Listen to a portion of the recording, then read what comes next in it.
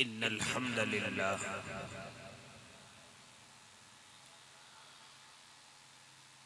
الحمد لله نحمده ونستعينه ونستغفره ونؤمن به ونتوكل عليه ونعوذ بالله من شرور أنفسنا ومن سيئات أعمالنا من يهده الله فلا مضل له ومن يضلله فلا هادي له ونشهد أن لا إله إلا الله وحده لا شريك له ونشهد أن سيدنا وحبيبنا وشفيعنا وسندنا ومولانا محمد أرسله بالحق بشيرا ونذيرا وداعيا إلى الله بإذنه وسراجا منيرا وصلى الله تعالى على خير خلقه محمد وعلى آله وأصحابه وأزواجه وذرياته وسلم تسليما كثيرا كثيرا أما بعد فأعوذ بالله من الشيطان الرجيم بسم الله الرحمن الرحيم وما أرسلناك إلا كافة للناس بشيرا ونذيرا وقال تعالى وما أرسلناك إلا رحمة للعالمين وقال النبي صلى الله عليه وسلم لا يؤمن أحدكم حتى أكون أحب إليه من والده وولده والناس أجمعين صدق الله العظيم وصدق رسوله النبي الكريم ونحن على ذلك من الشاهدين والشاكرين والحمد لله رب العالمين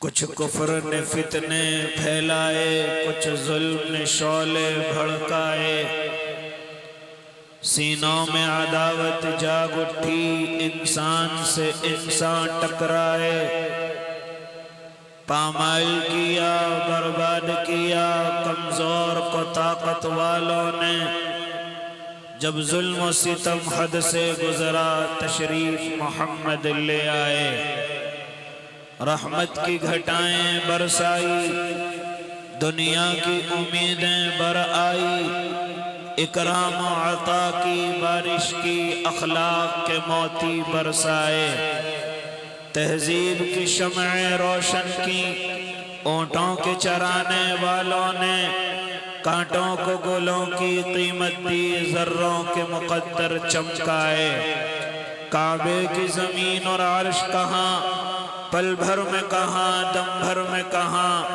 پتھر کو عطا کی گویائی اور چاند کے ٹکڑے فرمائے عورت کو حیا کی چادر دی غیرت کا غازہ بھی بخشا عورت کو حیا کی چادر دی غیرت کا غازہ بھی بخشا شیشوں میں نزاکت پیدا کی کردار کے جوہر چمکائے توحید کا دھارا رک نہ سکا اسلام کا پرچم جھک نہ سکا توحید کا دھارا رک نہ سکا اسلام کا پرچم جھک نہ سکا کفار بہت کچھ جھنجھلائے شیطان ہزاروں بل کھائے اے نام محمد صلی علی ماہر کے لیے تو سب کچھ ہے اے نام محمد صلی علی ماہر کے لیے تو سب کچھ ہے ہونٹوں پہ تبسم بھی آیا آنکھوں میں بھی آنسو بھر آئے۔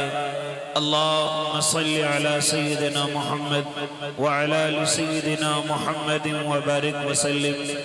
آپ تمام حضرات بھی ایک مرتبہ میرے اور آپ کے آقا کی خدمت عالیہ میں نذرانہ عقیدت پیش فرما لیں۔ ایک مرتبہ تمام حضرات بلند آواز سے درود شریف پڑھ لیں۔ اللہم صلی علی سیدنا محمد وعلی آل محمد وبارک وسلم۔ باوقار علماء کرام، معزز سامعین اعظام، عزیز دینی بھائیوں، بزرگوں، نوجوانوں، معصوم بچوں، پردوں کے پیچھے سماعت فرمانے والی پاکیزہ اسلامی مائیں اور بہنوں، بہت خوبصورت آپ کا اجلاس، آپ کا یہ مشاعرہ جو محفل حمد و نعت کے نام سے موسوم ہے، الحمدللہ اپنی ترقی کی طرف، اپنی کامیابی کی طرف رواں اور دواں۔ میری بھی حاضری آپ حضرات کے روبرو جس شخصیت کے توسط سے، محبت سے، شفقت سے ہوئی ہے، حضرت اقدس قاری اشفاق بہرائچی دامت برکاتہم العالیہ، قاری عارف صاحب دامت فیوضہم، دیگر اور بڑے بڑے شعراء کرام سے آپ کے اس دیار میں ملاقات ہوئی ہے۔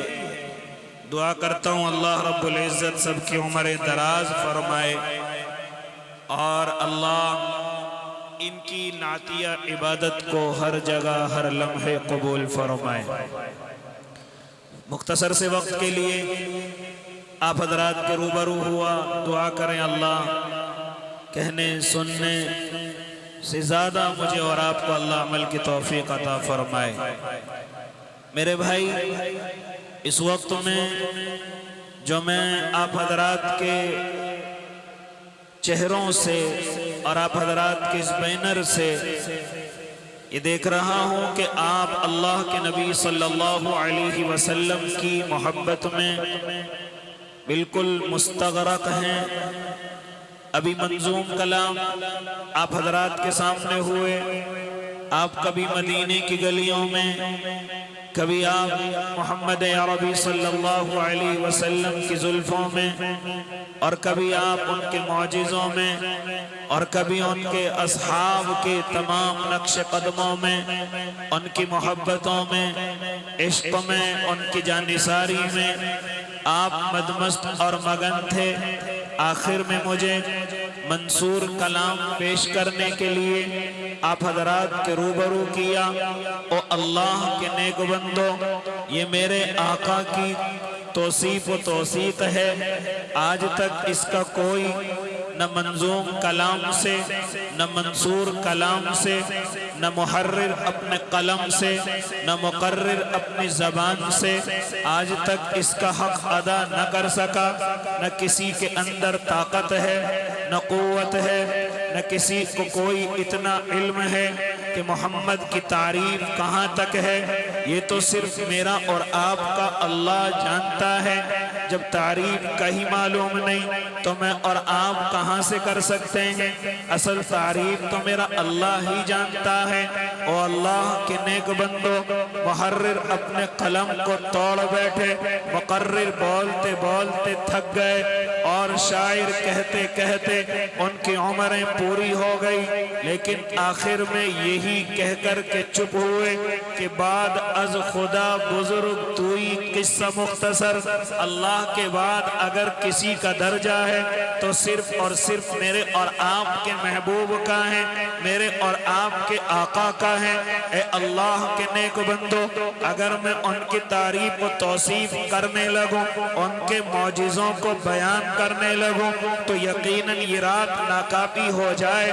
میں تو صرف اتنا بتلانے لگا دنیا کے لوگوں سے بھی، اے اللہ کے بندو، اور اسی طرح اپنے مومنوں سے بھی، اے اللہ کے نیک بندو، یہ کیا ہوا؟ یہ کیا کرتے جا رہے ہو؟ کس کی تعریف کو کم کرتے جا رہے ہو؟ کس کی گستاخیاں کرتے جا رہے ہو؟ ذرا ایک مرتبہ پڑھ کر کے تو دیکھ لو، ذرا ایک مرتبہ ہاں ان کی سیرت طیبہ میں اپنی نظریں تو دوڑا لو، کبھی کسی اصحاب سیر کے پاس جا کر میرے آقا کی ذرا سی توصیف تو سن لو، آخر کیا ہو گیا، ذرا سنو تو صحیح، کیسے وقت میں میرے اور آپ کے آقا رونما ہوئے، کیسے وقت میں میرے اور آپ کے آقا کو مبعوث کیا گیا کہ جب اس زمین کا حال یہ تھا، اس زمین کا حال یہ تھا، اے اللہ کے نیک بندے، کوئی کمزوروں کا سہارا نہ تھا، کوئی مظلوموں کی آواز اٹھانے والا نہ تھا، کوئی غریبوں کو اپنے سینے سے لگانے والا نہ تھا، یہاں تک کہ عورتوں کا کوئی قدرداں نہ تھا، یہاں تک کہ پوری دنیا انسانیت یہ تڑپ تڑپ کر کے، یہ سسک سسک کر کے آواز لگا رہی تھی کہ ہے کوئی جو ہمارا مسیحا بن کر کے آئے گا، جو ہمیں ہاں اس زمین سے آسمان فلک کی طرف لے کر کے جائے گا۔ اس وقت میں زمین سسک رہی تھی، کمزور اپنا سہارا تلاش کر رہے تھے، مظلوم اپنی آواز تلاش کر رہے تھے، یہاں تک کہ غریب اپنے لیے کوئی مسیحا تلاش کر رہے تھے، یہاں تک کہ غلام جب ان کی کوئی قدرداں کرنے والا نہ تھا وہ اپنے سہارے تلاش کر رہے تھے، عورتوں کی کوئی قدر و منزلت نہ تھی، ہاں عورت ماں کے روپ میں اگر ہے تو اس کی عزت و حرمت کیا ہے، اگر بہن کی شکل میں ہے تو اس کی عزت و پاک دامنی کیا ہے، اگر یہ بیٹی کی شکل میں ہے تو اس کی عزت و عظمت کیا ہے، اگر یہ بیوی کی شکل میں ہے تو اس کی عزت و پاک دامنی کیا ہے، یہ دنیا نہ جانتی تھی۔ اے اللہ کے نیک بندو، ایسے وقت میں کہ جب پورا کا پورا عرب ہاں شراب نوشی میں، جوئے اور سٹے میں، یہاں تک کہ زنا بازی میں، یہاں تک کہ اور بڑی بڑی حرکتوں میں جب ملوث تھا، تو ایسے وقت میں اللہ رب العزت نے میرے اور آپ کے آقا کو مبعوث کیا، میرے اور آپ کے محبوب کو مبعوث کیا۔ جانتے ہو سب سے پہلے میرے آقا نے سب سے پہلے اپنے سینے سے غریبوں کو لگایا، کمزوروں کو لگایا، غلاموں کا سہارا بن کر کے کھڑے ہو گئے اور عورتوں کی قدر و منزلت کا اعلان کر دیا۔ کون ہے ایسے وقت میں غریبوں کو سینے سے لگانے والا؟ کون ہے کمزوروں کی آواز بننے والا؟ کون ہے غلاموں کو اپنے حلقہ درس میں جگہ دینے والا؟ کون ہے عورتوں کی قدردانی کا اعلان کرنے والا اور دنیا کے لوگوں کو یہ کہنے والا، اے دنیا کے لوگوں کان کھول کر کے سن لو، اگر یہ عورت تمہاری ماں ہے تو اس کے قدموں کے نیچے جنت ہے، اگر یہ عورت تمہاری بہن ہے اور بھائی اپنی بہن کا خیال کرتا ہے تو یاد رکھنا اس کے لیے جنت واجب ہے، اور اگر یہ عورت تیری بیٹی ہے اور تو اپنی بیٹی کی پرورش کرتا ہے اور اس کا نکاح کرتا ہے اور اس کے حقوق ادا کرتا ہے، جانتا ہے تو جنت میں میرا ساتھی ہے۔ اور فرمایا اگر یہ عورت تیری بیوی ہے، یہ تیری نوکر نہیں ہے، یہ تیری غلام نہیں ہے، یہ تیری پیر کی جوتی نہیں ہے، بلکہ یہ تیری مشفق اور یہ تیری مشیر اور معین ہے اور تیری زندگی کی شریک حیات ہے۔ کون ہے ان سب چیزوں کا اعلان کرنے والا؟ یقیناً میرے اور آپ کے آقا محمد عربی صلی اللہ علیہ وسلم ہے۔ اے اللہ کے نیک بندو، ذرا ہم معلوم کریں، ذرا ہم معلوم کریں، کبھی کسی غلام سے معلوم کریں، کسی کمزور سے معلوم کریں، عورتوں سے جا کر کے معلوم کریں کون ہے آپ کی قدردانی کا اعلان کرنے والا، تو یقیناً سب کی سسکیاں یہی آواز دیں گی، کوئی اور نہیں ہے، ہمارے آقا محمد عربی ہیں، ہمارے آقا محمد عربی صلی اللہ علیہ وسلم ہیں۔ جانتے ہو کوئی اگر غریب نظر آتا آپ اپنے سینے سے لگاتے، آپ اس کا سہارا بنتے، یہاں تک کہ غلاموں سے معلوم کرو، اور سب سے بڑے غلاموں کے ہاں جو سردار بنے ہیں، جو سب سے زیادہ نام مشہور ہوا ہے وہ حضرت بلال کا آتا ہے۔ ذرا معلوم تو کریں حضرت بلال سے، اے اللہ کے نیک بندے، آپ نبی کے اتنے بڑے عاشق کیسے ہو گئے؟ آپ ان کے دیوانے کیسے ہو گئے؟ ذرا ہمیں بتاؤ تو صحیح کہ حضرت بلال کی آنکھوں میں آنسو ہوں گے اور وہ کہتے ہوں گے اللہ کی قسم کون تھا ہماری قدر کرنے والا، کون تھا ہمیں عزت و عظمت دینے والا، ہم پر جانوروں سے زیادہ بدتر سلوک کیا جاتا تھا، ہمیں اگر بخار ہو جائے، ہم اگر بیماری میں چلے جائیں، کوئی ہمارا خیال کرنے والا نہیں، صرف آخر میں محمد عربی تشریف لاتے ہیں جنہوں نے اٹھ کر کے ہمیں سینے سے لگایا، اور خالی سینے سے نہیں بلکہ جب ہم ان کے غلام ہو گئے تو بڑے بڑے سرداروں کو الگ کر دیا، اور حضرت بلال کے رتبے کا میرے آقا نے اعلان فرمایا۔ ذرا معلوم کریں حضرت بلال حبشی رضی اللہ تعالیٰ عنہ سے، وہ بتلائیں گے کہ جب میں غلام تھا میرا کوئی اور معمول تھا، لیکن جیسے ہی میں محمد عربی کا غلام بن بیٹھا، جب میں محمد عربی صلی اللہ علیہ وسلم کے حلقہ درس میں پہنچ گیا اور ان سے محبت کرنے لگا، پھر تو وہ دن بھی دیکھا کہ فتح مکہ ہوا ہے، مکہ فتح کر لیا گیا ہے، اور فتح کی تاریخ کا اعلان ہو گیا، اور فتح کا اعلان اس طرح سے ہوگا کہ مکے کے کعبے پر چڑھ کر کے فتح کی اذان پڑھی جائے گی، کون ہوگا اس اذان کو پڑھنے والا، کون ہوگا اس اذان کو دینے والا، بڑے بڑے صحابہ موجود ہیں، آپ کے رشتہ دار موجود ہیں، لہذا میرے آقا سب کی طرف نظر کرتے ہیں، لیکن نظر کہیں نہیں ٹکتی، بلکہ آ کر کے حضرت بلال حبشی پر ٹک جاتی ہے۔ میرے آقا حضرت بلال کو بلاتے ہیں اور بلا کر کے ارشاد فرماتے ہیں، اے بلال ذرا کعبے کی چھت پر چڑھو، اے بلال ذرا کعبے کی چھت پر چڑھ کر کے اذان دینی شروع کرو۔ حضرت بلال چڑھنے لگتے ہیں، اپنے جوتوں کو اتارنے لگتے ہیں، میرے آقا فرماتے ہیں بلال یہ کعبہ تیرے جوتوں سے افضل نہیں ہے، ہاں تو جوتوں سمیت کعبے پر چڑھ جا۔ حضرت بلال کی ہائٹ کم ہے، میرے آقا اپنے کندھوں کو پیش کرتے ہیں اور ارشاد فرماتے بلال جاؤ کعبے پر چڑھ کر اللہ کا نام بلند کر دو۔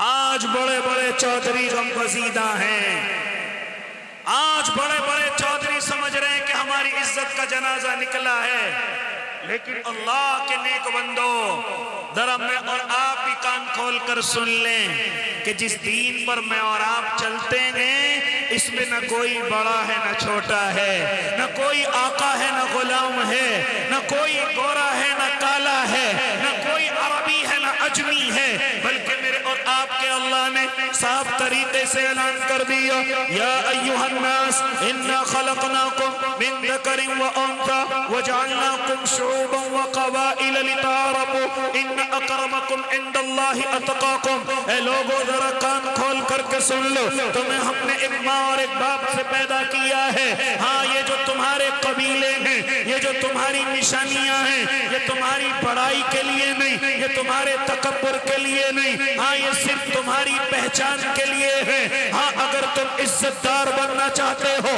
ہاں اگر تم یہ چاہتے ہو اللہ تمہاری قدر کرے، ہاں تم یہ چاہتے ہو جنت تمہارا استقبال کرے، ہاں اگر تم جہنم سے بچنا چاہتے ہو، ہاں اگر تم قبر کی اندھیریوں میں وہاں سے ڈرنے سے بچنا چاہتے ہو، وہاں کے عذاب سے بچنا چاہتے ہو، تو اپنے پلے کانٹ باندھ لیجئے ان اکرمکم عند اللہ اتقاکم۔ اللہ کے نزدیک سب سے مکرم وہ ہے جو سب سے زیادہ اللہ سے ڈرنے والا ہے۔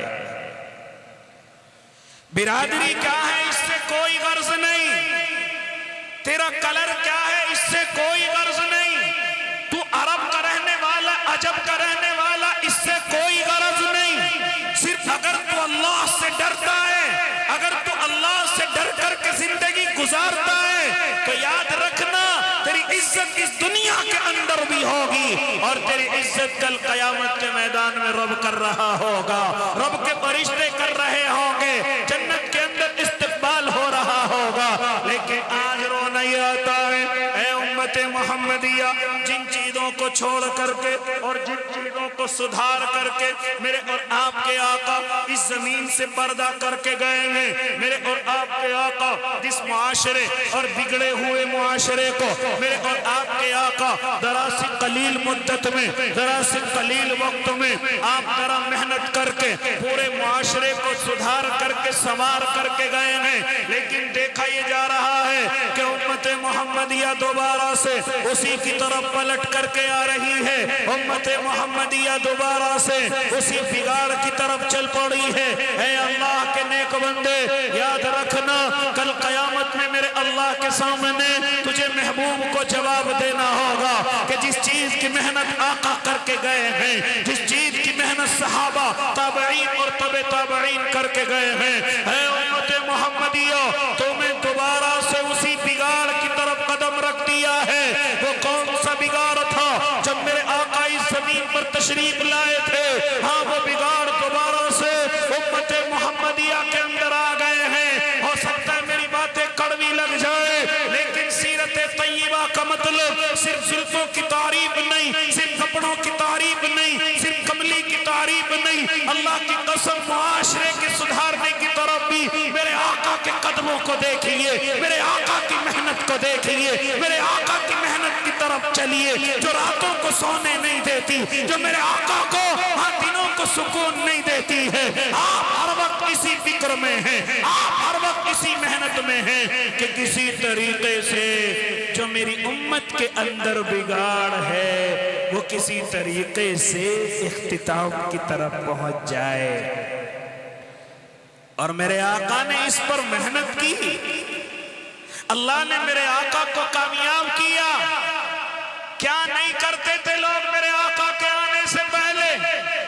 میرے آقا کے آنے سے پہلے شراب کے عاشق تھے، جوئے اور سٹے جس کو قرآن میسر کہتا ہے اس کے بڑے دلدادہ تھے، زناؤں کے اڈے کھلے ہوئے تھے، سود اور پیاز عام تھا، یہاں تک کہ کمینوں اور نکموں کی قدریں ہوتی تھی۔ آج امت محمدیہ اور آپ دوبارہ سے پلٹ کر کے اسی طرف آ گئے ہیں، اور فرمایا تھا میرے آقا نے کہ میری امت میں فتنوں کا دور شروع ہوگا، میری امت میں فتنے رونما ہوں گے اور یکے بعد دیگر رونما ہوں گے۔ فرماتے تھے اے میرے صحابہ میری امت میں یہ فتنے رونما ہوں گے، اور یاد رکھنا جب امت محمدیہ ان فتنوں کا شکار ہو جائے گی، ان فتنوں کے اندر مبتلا ہو جائے گی، تو پھر یاد رکھنا کہہ دو امت محمدیہ سے کہ اب اللہ کی رحمت کا نہیں بلکہ اللہ کے عذاب کا انتظار کرے،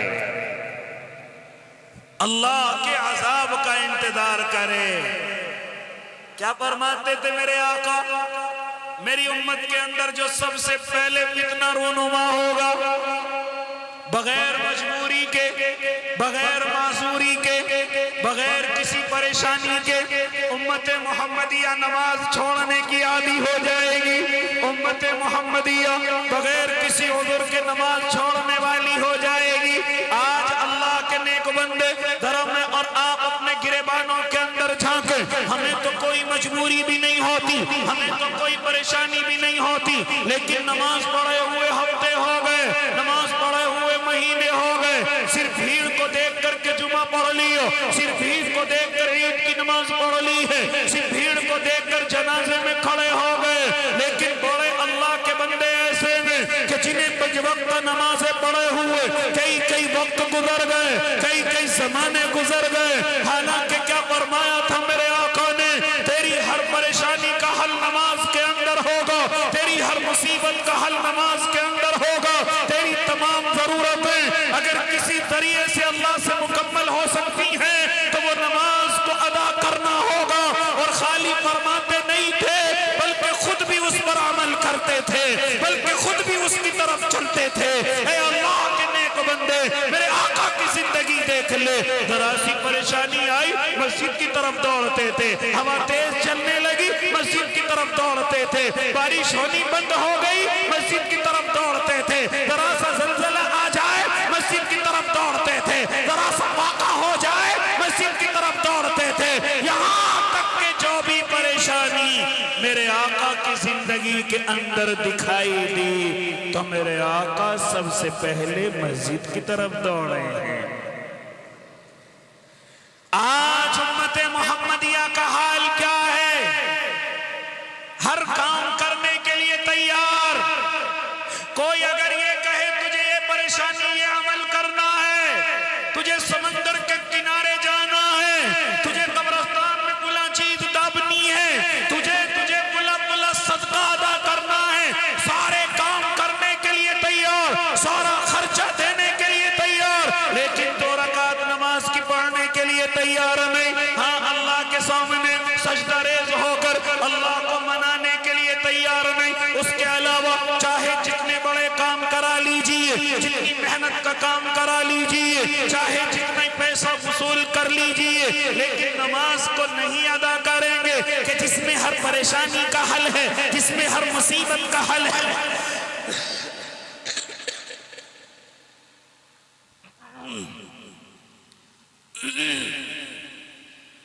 جس میں تمام دقت و دشواریوں کا حل ہے، تمام کام کرنے کے لیے تیار ہوں گے، لیکن اللہ کا نیک بندہ نماز پڑھنے کے لیے تیار نہ ہوگا۔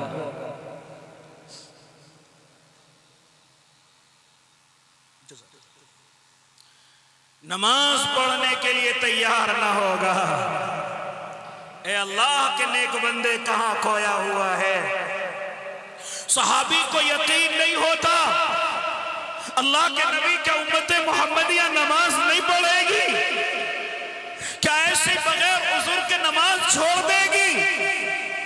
کیونکہ صحابی اپنی آنکھوں سے دیکھ رہا ہے کہ جو اللہ کے نبی کے اندر سے دشمن ہیں، جو اللہ کے نبی کے زمانے کے منافق ہیں، ان کی ہمت نہیں ہوتی کہ نماز نہ پڑھیں، ان کی ہمت نہیں ہوتی کہ اگلی سب کو چھوڑ دیں، ان کی ہمت نہیں ہوتی۔ جانتے ہو وجہ کیا تھی؟ وجہ یہ تھی کہ نماز اور کفر کا فرق نماز ہی ہے۔ ہاں ایمان اور کفر کا فرق نماز ہی تو ہے۔ کیا فرماتے تھے میرے آقا؟ من ترک الصلاۃ متعمدا فقد کفر، کہ جس نے جان بوجھ کر کے نماز کو چھوڑ دیا اس نے کافروں والا عمل کیا۔ کافر میں اور مومن میں فرق نہیں ہے۔ اگر وہ نماز نہیں پڑھتا، چاہے اس کا نام جو بھی ہو، چاہے اس کا خاندان جو بھی ہو، چاہے اس کا گھر کہیں بھی ہو، مسجد کی بالکل دیوار کے برابر میں کیوں نہ ہو، لیکن اگر نماز نہیں پڑھتا، اگر نماز کا پابند نہیں ہے تو مومن اور کافر میں کوئی فرق نہیں۔ ہاں مومن اور کافر میں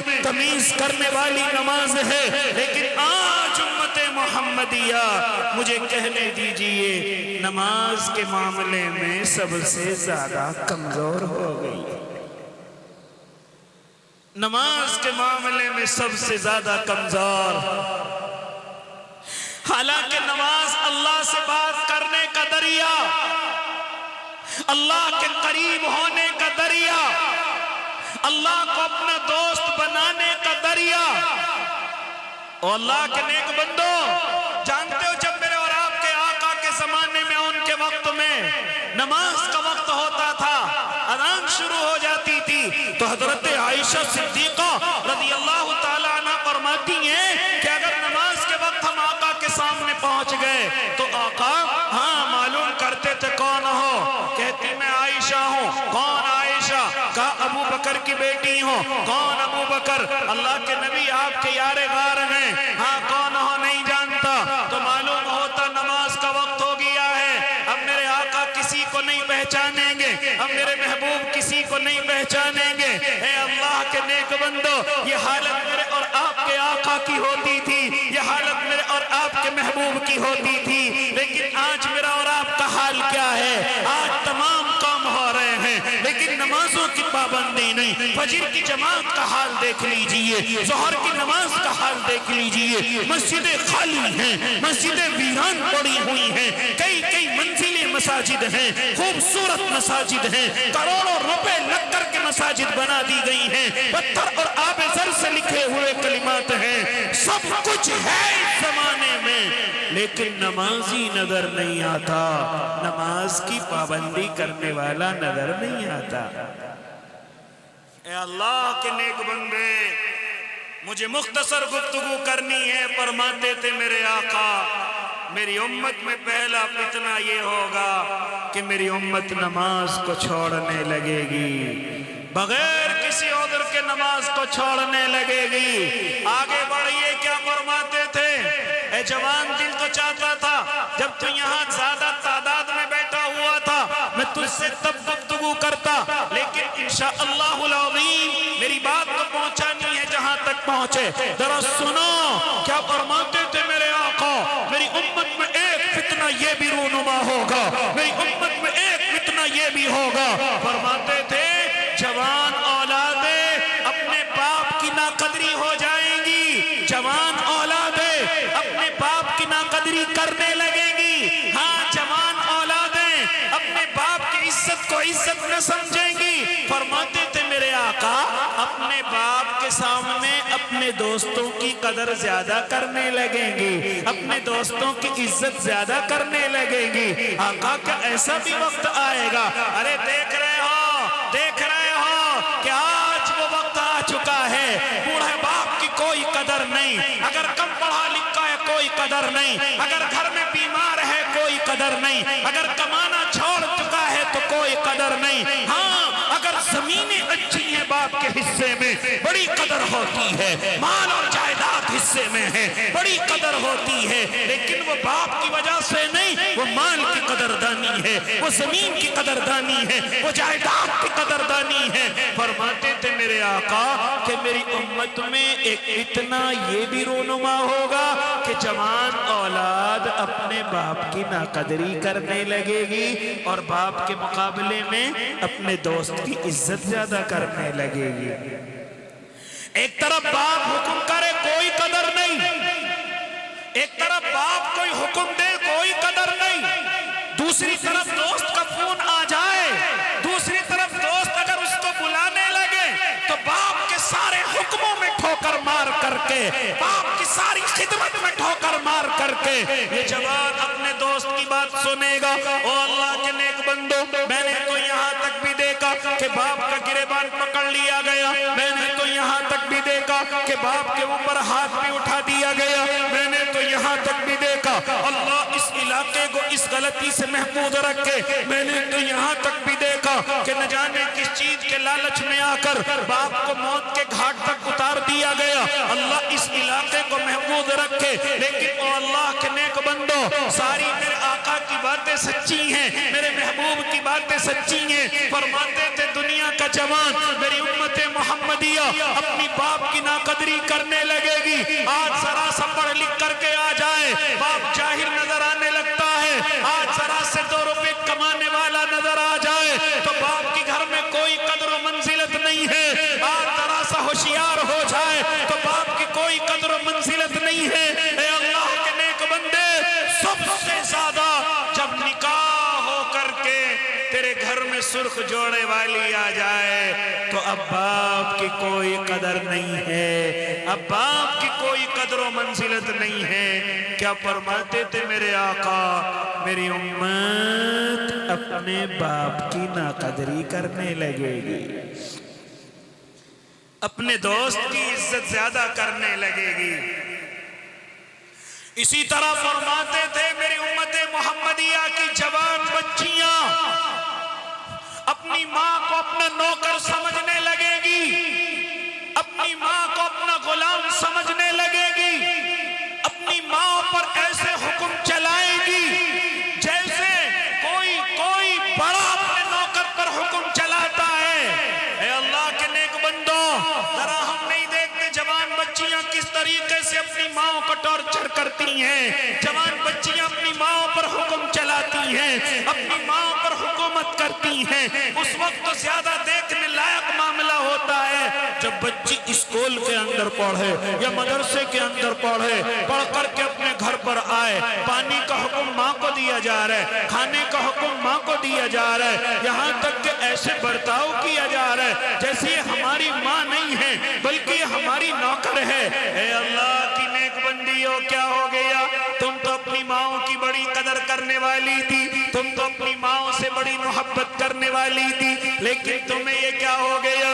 تم اپنی ماں کو رونے پر مجبور کرتی ہو، اپنی ماں کو اپنا نوکر سمجھتی ہو، یہاں تک کہ جب تمہاری شادیاں ہو جاتی ہیں، جب تمہارے نکاح ہو کر کے تم اپنے گھر میں چلی جاتی ہو، ہاں سب سمجھتے اب سکون ہو گیا، لیکن یہ بیٹیاں نکاحوں کے بعد بھی اپنی ماں کو سکون نہیں دیتی، بلکہ کبھی کسی چیز کا مطالبہ رکھتی ہیں، کبھی کسی چیز کا مطالبہ رکھ دیتی ہیں کہ ہمیں فلاں چیز چاہیے، اب کے گھر آؤں گی تو یہ چاہیے، اب کے گھر آؤں گی تو فلاں سامان چاہیے، اور میری کمزور سی ماں ہاں پورے مہینے جوڑ کر کے رکھتی ہے، پورے مہینے خرچے سے بچا کر کے رکھتی ہے، دل کے اندر خیال یہ رہتا ہے میری بیٹی اپنے سسرال سے آئے گی تو اس کو فلاں چیز تحفے میں دے کر کے بھیجوں گی۔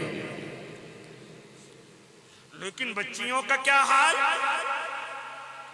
اپنی ماں کی قدر نوکرانیوں سے زیادہ نہیں۔ یہ امت محمدیہ کے اندر کتنا رونما ہوگا۔ اے اللہ کے نیک بندوں بتاتے کیوں نہیں کہ فتنے امت محمدیہ کے اندر رونما نہیں ہیں، کہ فتنے امت محمدیہ میں نہیں ہوئے ہیں۔ اے اللہ کے نیک بندے آگے بڑھ، کیا فرماتے تھے میرے آقا؟ ذرا سنیے اللہ کے نیک بندے فرماتے تھے میری امت ہاں قرب قیامت میں میری امت میں فتنوں کی نشانیوں میں ایک نشانی یہ بھی ہوگی، میری امت شراب کی عادی ہو جائے گی، میری امت نشے کی عادی ہو جائے گی، میری امت شراب کھلم کھلا پینے لگے گی، میری امت شراب کو اپنا شوق بنا لے گی، یہاں تک کہ شراب کی عادی ہو جائے گی۔ آج امت محمدیہ کا جوان اپنے آپ کو نبی کا دیوانہ مستانہ کہنے والا، اپنے آپ کو نبی کا عاشق کہنے والا، اور مجھے بتاتے کیوں نہیں کہ شراب کا عادی نہیں ہو گیا، کہ شراب کا پینے والا نہیں ہو گیا، اور اوپر سے سمجھداری دکھاتا ہے اور کہتا ہے یہ شراب نہیں ہے، یہ تو بیئر ہے، یہ تو وسکی ہے، یہ تو رم ہے، یہ تو انرجی ڈرنک ہے، ہاں یہ شراب نہیں ہے۔ کیا فرماتے تھے میرے اور آپ کے آقا؟ ہاں امت محمدیہ میں شراب کی لت بڑھ جائے گی، شراب کی نمائش زیادہ ہوگی، اور فرماتے تھے میری امت شراب کا نام بدل کر کے پینے لگے گی، شراب کا نام بدلے گی، وہ سمجھے گی یہ شراب نہیں ہے، وہ سمجھے گی یہ قطرے شراب کے نہیں ہیں، کیونکہ دنیا اس کا نام بدل چکی ہوگی، دنیا اس کی پیکنگ بدل چکی ہوگی، لیکن وہ سمجھے گی یہ شراب نہیں ہے۔ فرماتے تھے میرے آقا وہ شراب ہی ہوگی۔ آج میرے اور آپ کے کوئی بھی پروگرام شراب سے خالی نہیں، بیاہ اور شادیاں شراب سے خالی نہیں، میرے اور آپ کے جوان بچوں کی پارٹیاں شراب سے خالی نہیں، ان کی دوستیاں نشوں سے خالی نہیں، یہاں تک کہ الیکشن کے موقع پر سب سے زیادہ جو چیز پروسی جاتی ہے وہ کوئی اور نہیں، شراب ہے۔ اے اللہ کے نیک بندے، کہاں سمجھتا ہے کہ مجھے رات کے اندھیرے میں کوئی دیکھنے والا نہیں ہے، میں گاؤں کے کونے پر آ گیا ہوں، گاؤں سے باہر آ گیا ہوں، رات کا اندھیرا ہے، کوئی مجھے پہچانتا نہیں ہے، میں نے اپنے چہرے کو چھپا لیا ہے، میں نے کیا پیا ہے کیا کھایا ہے دنیا کا انسان نہیں جانتا، میں جا کر کے چپکے سے اپنے گھر میں لیٹ جاؤں گا، مجھے کوئی پہچان نہ سکے گا، بیوی مجھ سے پہلے ڈرتی ہے، ماں باپ مجھ سے سوال نہیں کریں گے، میں چپکے سے جا کر کے یہ دو چار کش شراب کے لگا کر کے اور اوپر سے میٹھی چیز کوئی کھا کر کے، اوپر سے کوئی خوشبو کی چیز منہ میں ڈال کر کے دل کے اندر خیال کرتا ہے تجھے کوئی جانتا نہیں ہے، تجھے کوئی پہچانتا نہیں ہے، اللہ کی قسم تو دنیا سے اپنے آپ کو چھپا سکتا ہے، لیکن اپنے رب سے کیسے چھپے گا؟ تو تجھے رات کی تاریکی میں بھی دیکھ رہا ہے اور جو تجھے تنہائی میں بھی جانتا ہے تو کون ہے۔ آج شراب کی عادی ہو گئی امت محمدیہ۔ ایک وقت وہ تھا کہ صرف غیر ایمان والے ان چیزوں میں ملوث نظر آتے تھے اور ایمان والے ان چیزوں سے اپنے آپ کو بچا کر کے رکھتے تھے، لیکن اللہ کے نیک بندے آج بڑی تیزی کے کے ساتھ امت محمدیہ شراب کی دل دادا ہو گئی، شراب کی عاشق ہو گئی، اور شراب کا نام بدل کر کے پینے لگی، یہاں تک کہ کولڈ ڈرنک کے ذریعے سے، یہاں تک کہ کولڈ ڈرنک پر ایک قدم رکھ کر کے آگے بڑھتا ہوا چلا گیا، اور تو نشے کا عادی ہو گیا۔ آج کتنے کتنے رونما ہوں گے، ان لڑائی اور جھگڑوں کی وجہ شراب بتائی جاتی ہے، اور بتائی نہیں بلکہ دیکھی جاتی ہے۔ آج چچا تایا کی عزت نہیں کرتا، آج بھتیجے اپنے بڑوں کی عزت نہیں کرتے، وجہ کیا ہے؟ نشے میں رہتے ہیں۔ ماں باپ کی قدر نہیں کرتے، وجہ کیا ہے؟ نشے میں رہتے ہیں۔ بیوی پر ہاتھ اٹھاتے ہیں، وجہ کیا ہے؟ نشے میں رہتے ہیں۔ گھر کو اپنے طاقت نہیں بخشتے، وجہ کیا ہے؟ نشے میں رہتے ہیں۔ قرضے میں ڈوبے ہوئے ہیں، وجہ کیا ہے؟ نشے میں رہتے ہیں۔ پورے گھر کو برباد کر کے رکھا ہوا ہے، وجہ کیا ہے؟ نشے میں رہتے ہیں۔ یہاں تک کہ بیوی کو کئی مرتبہ طلاق ہو چکا ہے، وجہ کیا ہے؟ نشے میں رہتے ہیں۔ اے اللہ کے نیک بندے، فرمایا تھا میرے اور آپ کے آقا نے، الخمر جماع الاثم، یہ شراب تمام گناہوں کی جڑ ہے، یہ شراب تمام غلطیوں کی جڑ ہے، یہ نشہ تمام غلطیوں کی جڑ ہے۔ آج بڑی تیزی کے ساتھ امت محمدیہ نشے کی طرف ہے۔ امت محمدیہ نے اپنے آپ کو نشے کے ذریعے سے برباد کیا ہے۔ اے اللہ کے نیک بندو، جانتے ہو جس طریقے سے نجاست غلیظہ ناپاک ہے، جس طریقے سے پیشاب پاخانہ ناپاک ہے، اسی طریقے سے شراب کے قطرے بھی ناپاک ہیں۔ جس طریقے سے پیشاب پاخانہ لگنے سے کپڑا ناپاک ہو جاتا ہے، اسی طرح شراب کے قطرے سے بھی کپڑا ناپاک ہو جاتا ہے۔ تو اس کو اپنے چہرے پر اونڈیلتا ہے، تو اس کو اپنے پیٹ کے اندر ڈالتا ہے۔ اگر تجھے خبر ہو جائے، اللہ کی قسم، جب تک تیرے پیٹ میں شراب کے قطرے ہیں، جب تک تیرے پیٹ میں نشے کے قطرے ہیں، یاد رکھنا تیرے پاس ایمان نہیں ہے، تیرا ایمان معلق کر لیا گیا ہے، تیرا ایمان اٹھا لیا گیا ہے۔ یاد رکھنا جب تک تو نشے سے باہر نہیں آئے گا، ایمان کی دولت تجھے نہیں دی جائے گی، ایمان کی دولت تجھے نہیں پہنچائی جائے گی۔ جب تو نشے سے باہر آئے گا تب تجھے ایمان دیا جائے گا۔ اگر خدا نہ خواستہ اسی حالت میں تو دنیا سے رخصت ہو گیا تو پھر لکھ لے اپنے لیے، تو بغیر ایمان کے دنیا سے جائے گا، تو بغیر ایمان کے دنیا سے جائے گا۔ کیا فرماتے تھے میرے آقا؟ میری امت نشے کی عادی ہو جائے گی، میری امت شراب کی عادی ہو جائے گی، شراب کا نام بدل کر کے پیے گی۔ آج یہی کچھ تو ہو رہا ہے امت محمدیہ۔ آج پھر میں اور آپ بگاڑ کی طرف ہیں۔ جس محنت کو آقا صحابہ کر کے گئے تھے، اس محنت کو ہم نے ملیہ میٹ کر دیا ہے، اس محنت کو ہم نے برباد کر دیا ہے۔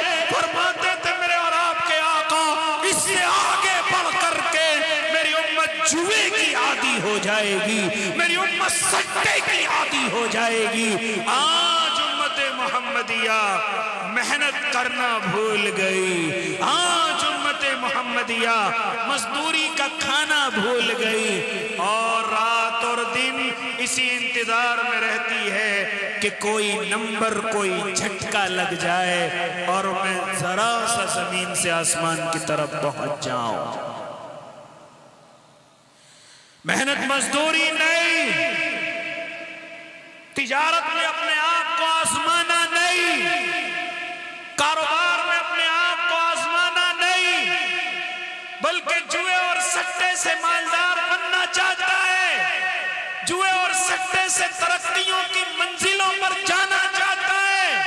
اے اللہ کے نیک بندے، فرماتے تھے میرے آقا میری امت جوئے اور سٹے کی عادی ہو جائے گی۔ آج ذرا دیکھو، کہیں تاش کے پتوں میں جوا اور سٹا ہے، کہیں کرکٹ کے میچوں میں جوا اور سٹا ہے، کہیں آئی پی ایل کے چوکے اور چھکوں میں جوا اور سٹا ہے۔ مجھے کہنے دیجئے، تیرے ہاتھ کے موبائلوں کے گیم کے ذریعے جوا اور سٹا ہے۔ کیا سمجھتا ہے کہ تجھے دنیا نہیں جانتی؟ کیا سمجھتا ہے کہ تجھے اللہ نہیں پہچانتا؟ کہ تو اس موبائل کے ذریعے سے کیا کر رہا ہے؟ تو اس موبائل کے ذریعے سے کہیں پب جی کا دیوانہ ہے، کہیں اور گیم میں رہا ہے، یہاں تک کہ قیمتی سرمایہ اس جوئے کی لت میں برباد کر بیٹھا ہے۔ آج بڑے بڑے قرضدار نظر آئیں گے، آج بڑے بڑے قرضوں میں ڈوبے نظر آئیں گے، لیکن جانتے ہو وہ قرضوں میں ڈوبے ہوئے کیوں ہیں؟ ان کے گھروں میں کوئی پریشانی نہیں آئی لیکن پھر بھی قرضوں میں ڈوبے ہوئے، ان کے گھروں میں کوئی حادثہ نہیں ہوا لیکن پھر بھی قرضوں میں ڈوبے ہوئے۔ معلوم تو کرو وجہ کیا ہے؟ کہیں وجہ جوا اور سٹا تو نہیں ہے، کہیں جوئے میں اپنے آپ کو برباد کرنا تو نہیں ہے، اور اپنے بھائیوں کو برا کہنے والے، وہ اپنے پارٹنروں کو برا کہنے والے، وہ اپنے ماں باپ کو یہ کہنے والے کہ میرا سہارا نہیں بنتے، وہ اپنے گھر مکان کو چٹکیوں میں بیچنے والے، وہ اپنی بیوی کی چیزوں کو برباد کرنے والے، اپنی بیوی کے زیورات کو برباد کرنے والے اور قرضے میں ڈوبنے والے، بتاتا کیوں نہیں تو قرضے میں کیسے ڈوب گیا؟ دوستوں کا، رشتہ داروں کا بہانہ بنانا چھوڑ دے اور کہہ دے کہ تو نے اپنے آپ کو جوئے یا سٹے میں برباد کیا ہے۔ اللہ کرے یہ علاقہ اس بیماریوں سے بچا ہوا ہو، لیکن کیا کہوں، جہاں بھی جاؤں ایک سے ایک بڑا بیمار نظر آتا ہے، ایک سے ایک فتنوں کے اندر مبتلا نظر آتا ہے۔ فرماتے تھے میرے اور آپ کے آقا محمد عربی صلی اللہ علیہ وسلم کہ میری امت جوئے کی عادی ہو جائے گی، میری امت جوئے اور سٹے کی عادی ہو جائے گی۔ آج یہی کچھ ہو رہا ہے، یہاں تک کہ میرا جوان کہتا ہے کرکٹ کھیلنا منع ہے، ہم کب کہتے ہیں منع ہے؟ پتنگ اڑانا حرام اور ناجائز تو نہیں ہے، لیکن اللہ کے نیک بندے، میں صبر کر لیتا اگر یہ کھیل ہوتا، میں صبر کر لیتا اگر تو صرف اپنی دل جوئی کے لیے ان کام کو کرتا، لیکن میں نے یہ سنا کہ تو کبھی کرکٹ کے میدانوں میں جاتا ہے، وہاں بھی تو جوا اور سٹا لگاتا ہے، وہاں بھی تو اگر پتنگ اڑاتا ہے تو جوئے اور سٹے میں اپنے آپ کو برباد کرتا ہے۔ یہاں تک کہ نئے نئے طریقے، کبھی کبوتر بازیوں میں کبھی کبوتروں کو اڑاتا ہے۔ جانتے یہ بیماریاں کیا ہیں؟ یہ جوئے اور سٹے کی شکلیں نہیں ہیں تو اور کیا ہیں؟ ہاں جب آئی پی ایل آ جائے، جب میچ آ جائے تو بڑی بڑی ٹیموں پر پیسے لگا کر کے رکھتا ہے، اور مجھے تو ایک خبر اور معلوم ہوئی کہ جب یہ الیکشن ہوتے ہیں پارٹیوں کی کتنی سیٹ آئیں گی، کس کی کم آئیں گی، کس کی زیادہ آئیں گی، ارے تو ان پر بھی جوئے اور سٹے لگاتا ہے۔ اللہ کی قسم، اللہ کی قسم مجھے تعجب ہوتا ہے، مجھے رونا آتا ہے کہ ایک طرف ہم یہ دعا کریں اللہ ہمارا بھلا ذمہ دار ہو جائے، اور دوسری طرف انہی سیٹوں پر ہمارے جوئے اور سٹے چلتے ہیں۔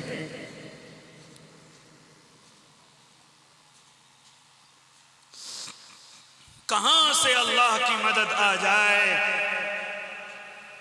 کہاں سے اللہ رب العزت مجھ سے اور آپ سے راضی ہو جائے۔ اللہ کے نیک بندے جب نئے نئے طریقوں سے ہم جوئے اور سٹے کے عادی ہو گئے، ہماری تو لاٹریاں اور کمیٹیاں جوئے اور سٹوں والی ہو گئی، سود اور بیاج والی ہو گئی۔ کتنی دفعہ کہہ دیا کہ اپنی کمیٹیاں ڈال سکتے ہو لیکن برابر رکھنا، نہ کسی پر زیادہ نہ کسی پر کم، لیکن تجھے مزہ نہیں آتا، تجھے تو بولی کی لاٹری ڈالنی ہے، کوئی کم میں چھٹائے کوئی زیادہ میں اس کو اپنے قبضے میں لے لے، تو نے تو انہی لاٹریوں میں انہی کمیٹیوں میں، ہاں تجھے جانا ہے، تجھے اللہ کو ناراض جو کرنا ہے، تجھے اللہ کو جو غصہ دلانا ہے۔ یہ کیا ہے اللہ کے نیک بندے؟ یہ جوئے اور سٹے نہیں ہیں تو اور کیا ہے؟ کیوں اپنے آپ کو ان بیماریوں سے نہیں بچاتا؟ آگے بڑھئے کیا فرماتے تھے میرے آقا؟ میری امت زنا کی عادی ہو جائے گی، میری امت زنا کی دل دادا ہو جائے گی، اور زنا بڑا آسان ہو جائے گا، اور زنا کھلا عام ہو جائے گا۔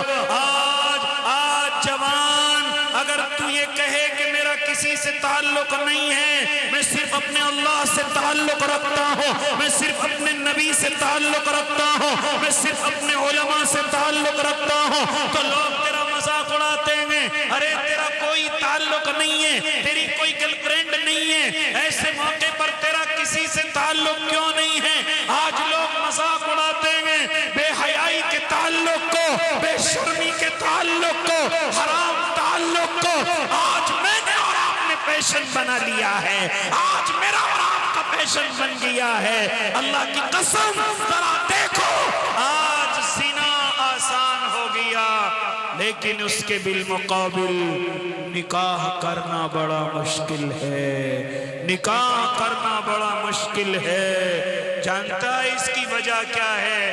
اس کی وجہ یہ ہے کہ زنا آسان ہو گیا ہے۔ اس کی وجہ یہ ہے کہ زنا آسان ہو گیا۔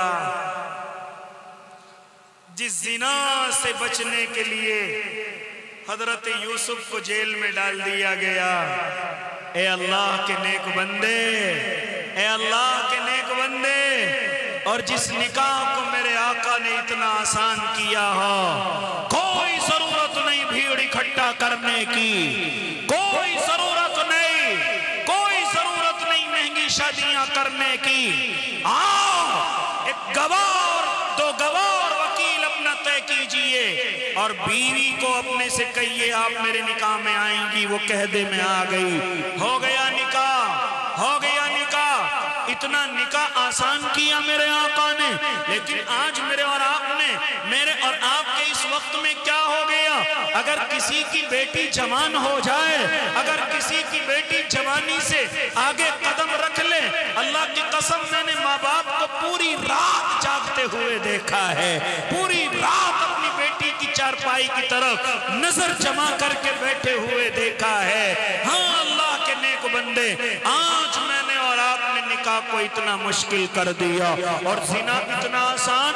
اگر کوئی ابھی چاہے اپنا موبائل نکالے، بکنگ کرائے اور جا کر کے اپنا منہ کالا کرائے، کوئی پریشانی نہیں، کوئی دقت اور دشواری نہیں۔ لیکن اگر اس کے بالمقابل اگر کسی کی بچی جوان ہو جائے، اور اگر وہ آج ارادہ کرے کہ میں اپنی بچی کا نکاح کروں گا، میں اپنی بچی کا رشتہ تلاش کروں گا، یہاں تک کہ کئی سال گزر جائیں لیکن کوئی بچہ نظر نہ آئے، اگر نظر بھی آ جائے تو جہیز کے بھیڑیے منہ کھولے کھڑے ہیں، اگر کوئی نظر آ جائے تو ہماری بچی کو پسند کرنے والے نہ آئے، جہیز کے بھیڑیے ہیں، مال کے لالچی ہیں۔ اے اللہ کے نیک بندے، آج نکاح اتنا مشکل ہے، اتنا مشکل ہے کہ ہمارے محلے میں نہ جانے کتنی بچیاں ایسی ہیں جو جوانی سے آگے جا چکی ہیں، لیکن کوئی ان کا خیال کرنے والا نہیں ہے،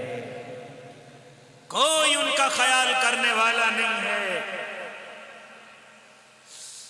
یہ جانتے ہو اس کی وجہ کیا ہے؟ اس کی وجہ صرف یہ ہے کہ زنا آسان ہو گیا، زنا آسان ہو گیا۔ اسی طریقے سے مجھے کہنے دیجئے جوان، آج تیرے دل پر بڑا زور پڑتا ہے جب کوئی ایمان والے بغیر کو کسی کو پسند کرتی ہے، تیرے دل پر زور پڑتا ہے، لیکن کبھی تو نے کارگزاری معلوم کی کہ آخر وجہ کیا ہے کہ امت محمدیہ کی شہزادیاں کیوں ایمان والوں کو چھوڑ کر کے آگے بڑھ رہی ہیں؟ کیوں ان کو ایمان والا پسند نہیں ہے؟ کیوں ان کو اللہ کا نیک بندہ پسند نہیں ہے؟ اے اللہ کے نیک بندے، مجھے کہنے دیجئے، ہاں تیرے جہیز کے لالچ نے، تیرے جہیز کے انبار نے ہماری نہ جانے کتنی بچیوں کو مرتد کر دیا ہے، اسلام سے نکل چکی ہیں، اسلام کو چھوڑ کر کے جا چکی ہیں، لیکن مجھے اور آپ کو ذرا سا خیال نہیں ہے۔ آج میری اور آپ کی بھی شادیاں کتنی مہنگی ہیں، ذرا میں اور آپ خیال تو کریں، لاکھوں خرچ ہو جائے کوئی پرواہ نہیں،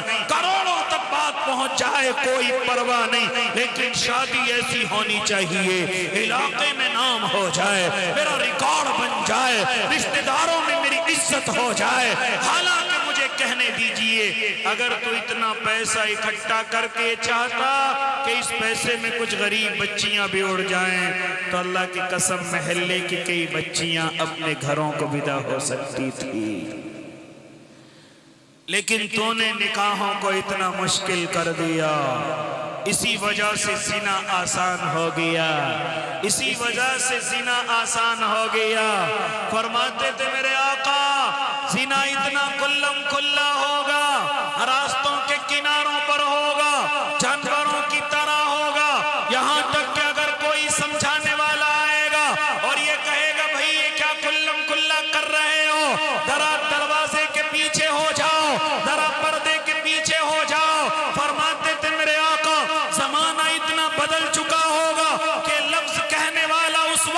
ولی ہوگا، یہ لفظ کہنے والا اس وقت کا اللہ کا ولی ہوگا۔ اتنا ماحول بدل جائے گا، اتنا ماحول بگڑ جائے گا۔ آج میں اور آپ اپنی آنکھوں سے دیکھ رہے ہیں، اے اللہ کے نیک بندے، اور یہ گناہ ایسا ہے، یہ زنا کا گناہ ایسا ہے، یاد رکھنا جیسے شراب کے قطرے پیٹ میں ہوں ایمان دور کھڑا ہو جاتا ہے، اسی طریقے سے اگر زنا میں ملوث ہیں تو یاد رکھو ایمان الگ ہو چکا ہے۔ اسی حالت میں اگر دنیا سے رخصت ہو گئے تو بغیر ایمان کے دنیا سے جانا ہوگا، بغیر ایمان کے دنیا سے جانا ہوگا۔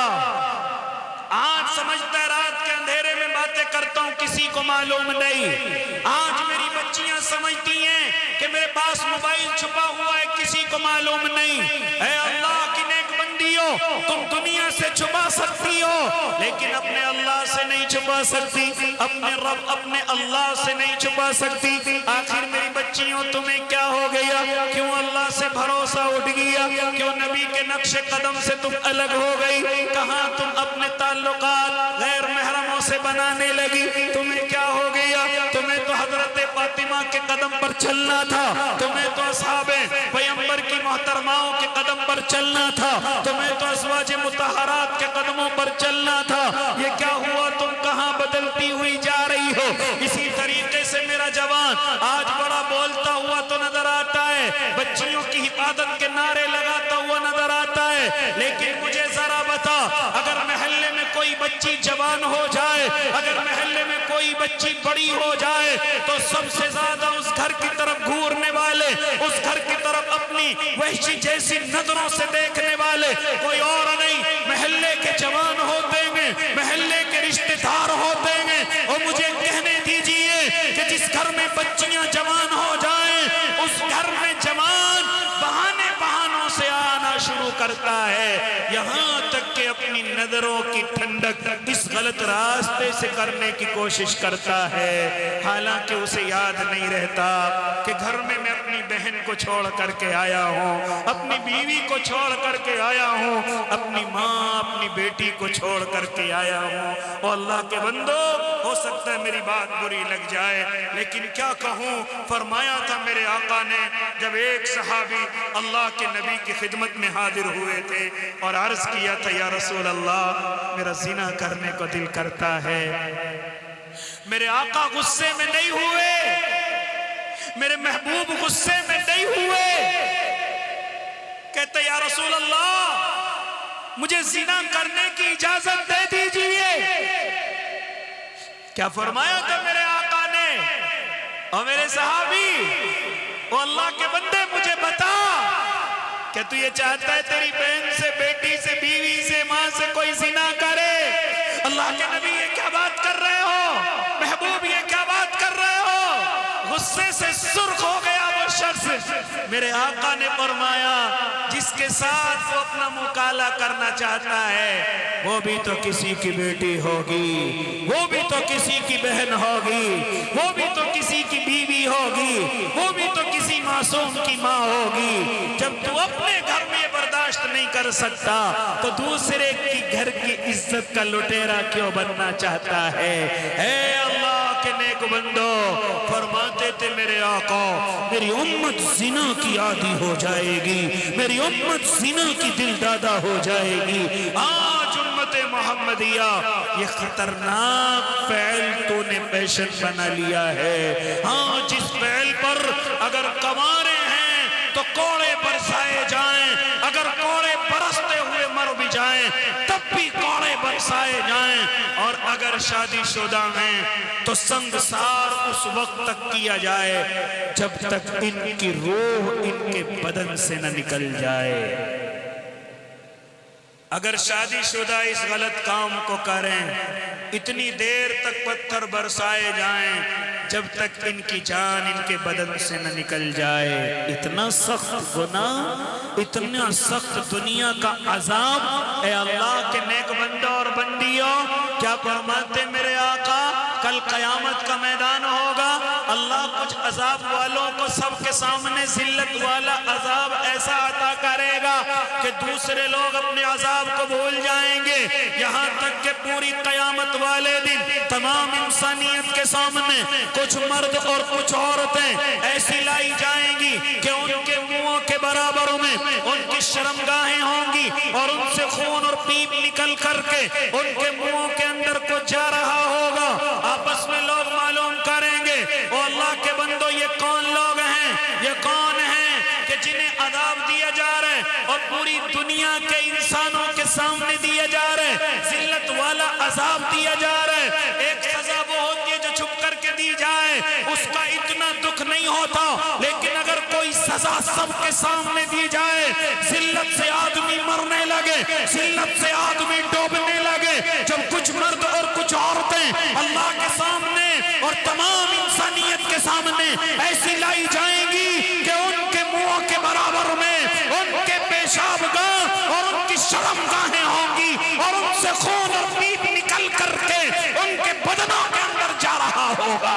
لوگ معلوم کریں گے یہ کون لوگ ہیں کہ ان کو اتنا ذلت والا عذاب دیا جا رہا ہے۔ ان کو کہا جائے گا یہ وہ مرد اور عورت ہیں جو نکاح کے علاوہ اپنے تعلق غیروں سے رکھا کرتے تھے، نکاح کے بغیر جن کے تعلق ہوتے تھے، نکاح کے بغیر جو اپنے آپ کو ملا لیا کرتے تھے۔ آج وہ دنیا کی نظروں سے تو بچ گئے، لیکن آج اللہ انہیں سب کے سامنے ذلیل کر رہا ہے۔ آج اللہ انہیں سب کے سامنے ذلیل کر رہا ہے۔ اے اللہ کے نیک بندے، کہاں تک غلطیاں بتاؤں؟ آج میں اور آپ غلطیوں کے پتلے بنے ہوئے ہیں، آج میں اور آپ غلطیوں کے پتلے بنے ہوئے ہیں اور انتظار کر رہے ہیں فرشتے آئیں گے ہماری مدد کریں گے، انتظار کر رہے ہیں کہ اللہ کی رحمت کب جوش میں آئے گی، انتظار کر رہے ہیں کہ اللہ کو کب ظالموں پر غصہ آئے گا۔ اور اللہ کی قسم نہیں، تم کن کی بات کر رہے ہو؟ پہلے اپنی خیر مناؤ، پہلے میں اور آپ اپنی خیر منائیں۔ ہم وہ حرکت کر رہے ہیں کہ ان حرکتوں پر میرے اللہ نے پوری کی پوری قومیں تباہ کر دی تھی، پوری کی پوری قومیں میرے اللہ نے برباد کر ڈالی تھی۔ یہ تو شکر مناؤ، یہ تو شکر مناؤ کہ اللہ مجھ سے اور آپ سے اب بھی محبت کرتا ہے۔ ابھی ہم اللہ کے غصے میں نہیں آئے ہیں، ابھی اللہ کے عتاب میں نہیں آئے ہیں، ابھی صرف اپنی غلطیوں کی سزا بھگت رہے ہیں۔ اگر اللہ غصے میں آ جائے گا پھر فرمایا تھا میرے آقا نے میری امت کے چہروں کو مسخ کر دیا جائے گا، میری امت کے چہروں کو بدل دیا جائے گا۔ اے اللہ کے نیک بندوں، فرماتے تھے میرے آقا، اور آخری گفتگو کرنے لگا، ذرا سنتے چلے جائیں۔ فرماتے تھے میرے اور آپ کے آقا محمد عربی، میری امت میوزک کی بھی دل دادا ہو جائے گی، میری امت میوزک کی شوقین ہو جائے گی۔ حالانکہ جہاں میں نے شراب کو ختم کیا، جوے اور سٹے کو ختم کیا، زنا کی سزا کو بڑا مکمل طے کیا، ہاں جوے اور سٹے، سود اور بیاج کو ختم کیا، اسی طریقے سے فرماتے تھے مجھے گانے بجانے کی چیزوں کو بھی ختم کرنے کے لیے بھیجا گیا، مجھے گانے بجانے کی چیزوں کو بھی توڑنے کے لیے بھیجا گیا۔ یہ میں اپنی طرف سے نہیں بلکہ علماء سے معلوم کریے۔ فرماتے تھے میرے آقا انما بعثت بکسر المزامیر، ہاں فرماتے تھے مجھے گانے بجانے کے آلات کو توڑنے کے لیے بھیجا گیا ہے۔ یہ میوزک بندے کو اللہ سے دور کرتا ہے، قرآن کی محبت حلاوت کو نکالتا ہے۔ آج مجھے اور آپ کو قرآن اچھا نہیں لگتا، جانتا ہے وجہ کیا ہے؟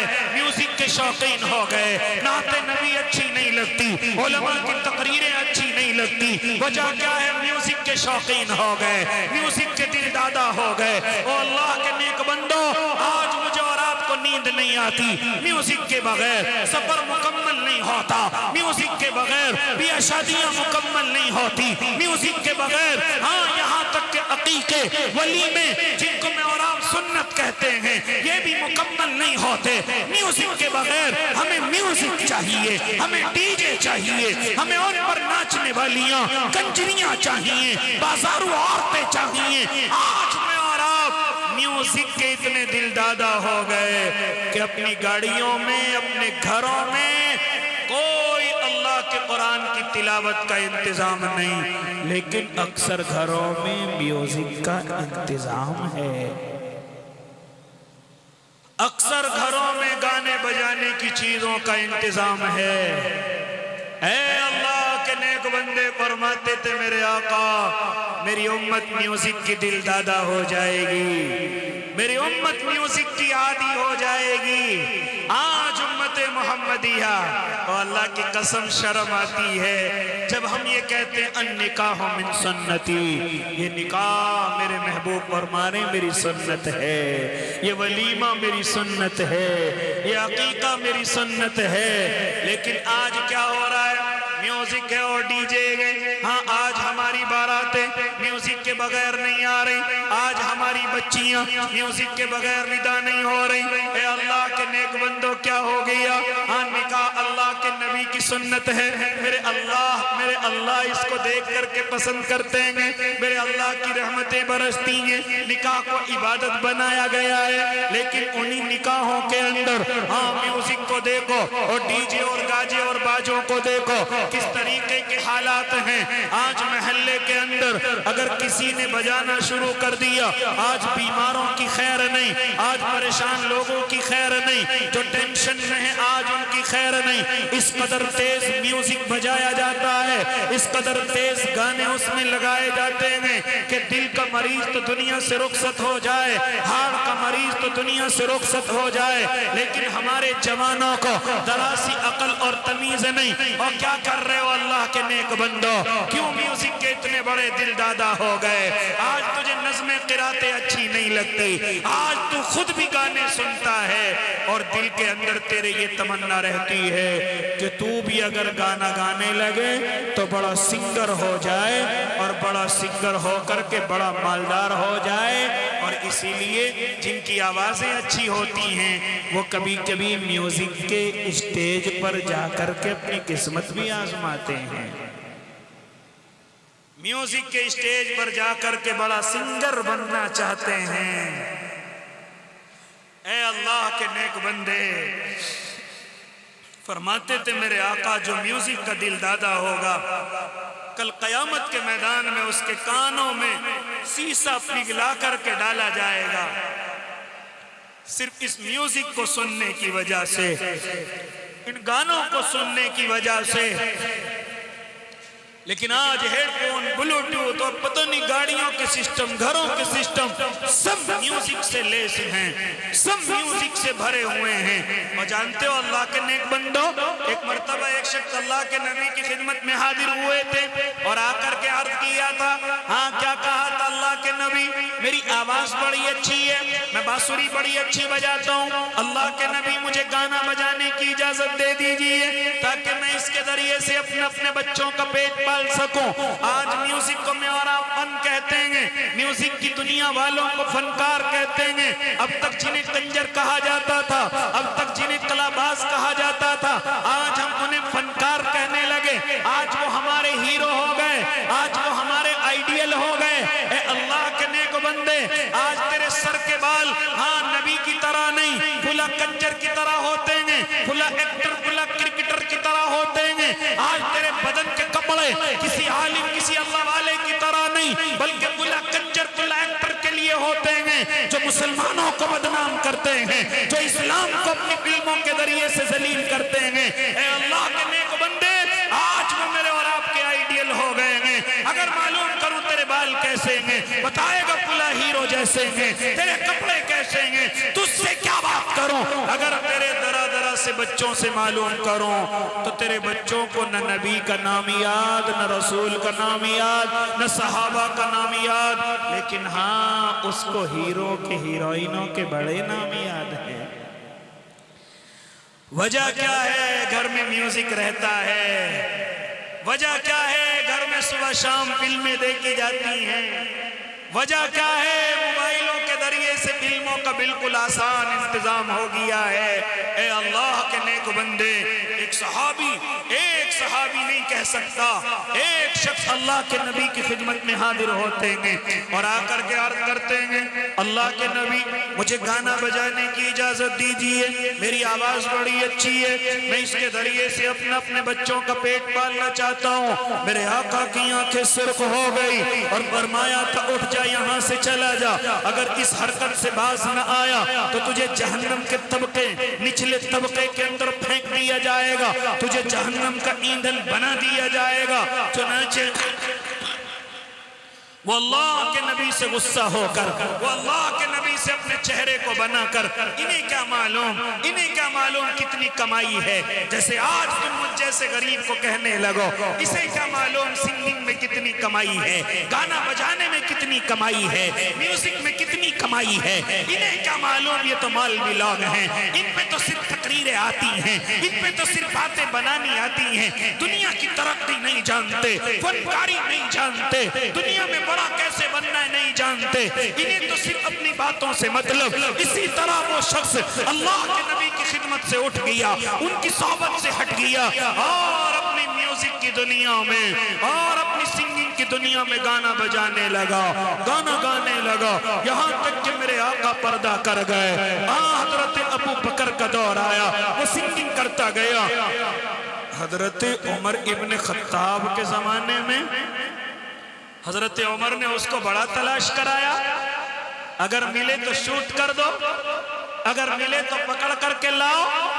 چنانچہ اللہ کے نیک بندو، حضرت عمر کے زمانے میں وہ اللہ کا بندہ بوڑھا ہو گیا، یہاں تک کہ اس کے دانت ختم ہو گئے، اور جب دانت نہ ہو تو پھر سنگنگ نہیں ہو سکتی، پھر اچھا نہیں گا سکتا۔ جب اس نے اچھا گانا بند کر دیا، اب لوگوں نے اس سے محبت کرنا چھوڑ دیا، اس کو ہدیے اور تحفے دینا چھوڑ دیا، یہاں تک کہ کچھ دن اس نے قرضہ لے کر کے کام چلایا، اب لوگوں نے اس کو قرضہ بھی دینا بند کر دیا۔ قرضہ آدمی تبھی تو دیتا ہے جب سامنے والے کے اندر دینے کی طاقت نظر آتی ہے، تبھی تو قرضہ دیتا ہے، ورنہ غریبوں کو کوئی قرضہ نہیں دیتا، کمزوروں کو کوئی قرضہ نہیں دیتا۔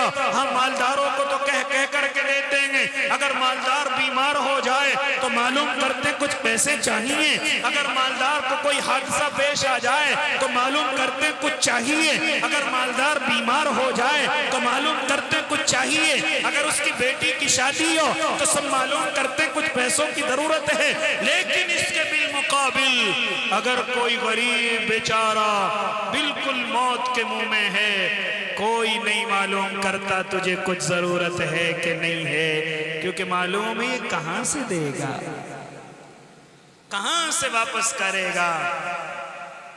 آج تو شادیوں میں مالداروں کی لفافے کچھ اور ہیں، غریبوں کے یہاں کچھ اور ہے۔